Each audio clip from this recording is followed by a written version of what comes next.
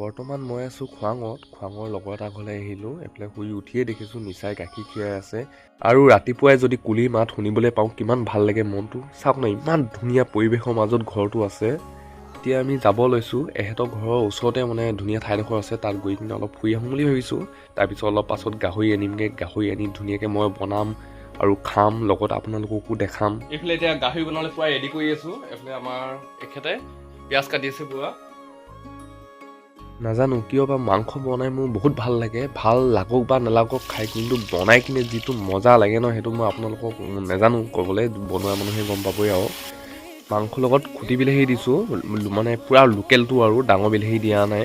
এইখিনি এতিয়া অলপ আগত মই গছৰ পৰা ছিঙি আনিছোঁ, তাৰপিছত দিছোঁ ইয়াত।